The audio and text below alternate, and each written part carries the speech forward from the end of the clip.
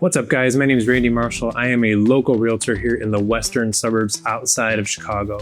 Today I want to talk about a town that, in my opinion, it's underrated and honestly often overlooked. I'm going to give you a few pros and cons of living in Carol Stream that'll hopefully give you a better idea if it's a good fit for you. Let's get into it. Pro number one, Carol Stream's built for growing families. Let's start with a big one, the Park District. This is an award-winning park district with 2 national gold medals. Now, I've lived in 3 other towns in the suburbs, and Carol Stream, hands down, takes incredible care of its parks and facilities. Park District maintains more than 40 parks and playgrounds across roughly 460 acres, and 84% of the residents live within a 10-minute walk of a park. Drop a pin anywhere in Google Maps within Carol Stream, there's a good chance you can't walk more than 5 or 10 minutes without running into a park or playground. Carol Stream has 2 rec centers. You got Simkiss and Fountain View. Now, Simkiss is where you'll find an outdoor water park and an indoor gym. Fountain View has 2 indoor pools, basketball courts, and an exercise facility.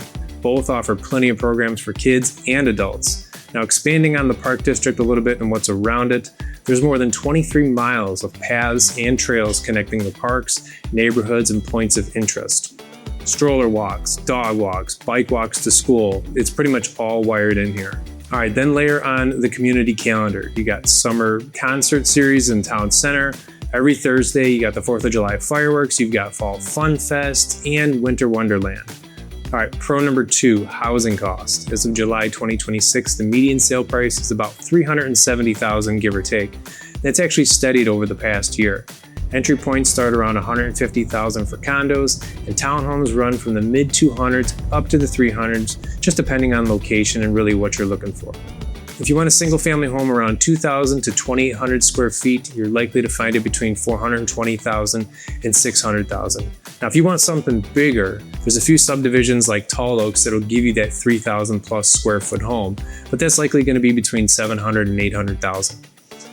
Now, while we're on housing costs, let's talk a little bit about the schools, because housing costs typically follows the quality of the schools. And here's where I see opportunity. Here are the current grade school ratings for the elementary schools in Carol Stream. So you've got Roy DeShane, 9 out of 10, Cloverdale, 8, Spring Trail, 8, Heritage Lakes, 7, Evergreen, 7, L.C. Johnson, 7, Carol Stream Elementary, 6, and Western Trails, 6 out of 10. Now, these ratings fluctuate, but most of the schools have held a 7 or above over the years. Now, compare that to Wheaton or Glen Ellyn, your price per square foot is much lower in Carol Stream, but those towns typically carry 9s and 10s or close to it pretty consistently. So Carol Stream schools aren't perfection, but they're a solid compromise, unless you want to pay a lot more in those other towns. Pro number 3, connection and community.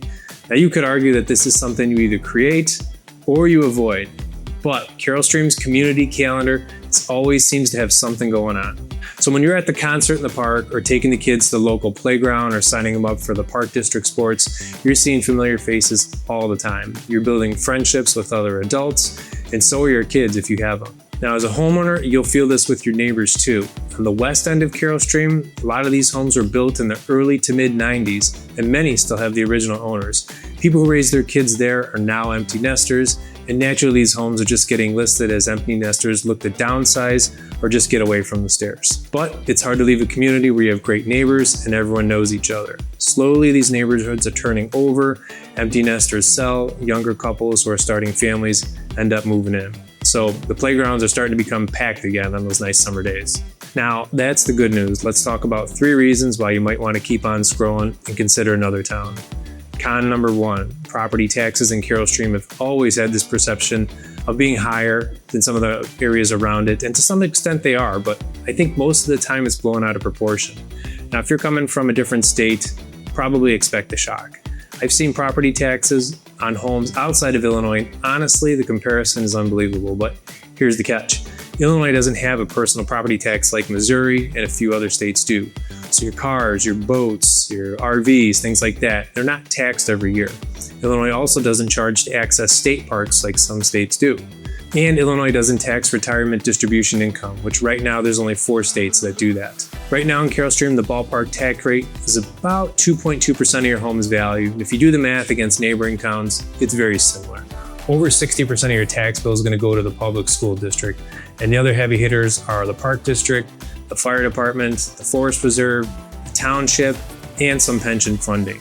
And with how well the parks, streets, sidewalks, and both rec centers are maintained, they're definitely putting your tax dollars to work. All right, con number 2, there's no downtown. So if you're looking for a walkable downtown strip with popular restaurants all in a row, you're not gonna find it in the town here. Same goes for the train access to Chicago. For work or for pleasure, it's just not in town. Now, that bothers some people, but unless you're planning to live in a downtown area and then walk to the train, your closest train station is about a 10-minute drive. And if you want the higher-end restaurants and a riverfront scene, you're about 12 minutes from downtown St. Charles. And that area pretty much checks all of those boxes. Con number 3, there's not a lot of nightlife in Carroll Stream.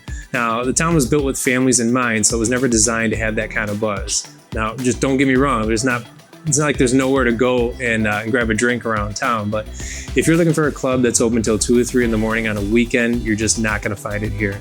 Again, I'd probably point you to downtown St. Charles for nightlife and kind of upscale dining. All right, the verdict. Move here if you want a family-focused, activity-packed community with great event calendar and a focus on enjoying the outdoors, solid schools, and a lower sticker price than Wheaton or Glen Ellyn. However, you may want to think twice if you need a train, especially within walking distance of your house, or if nightlife and downtown are must-haves.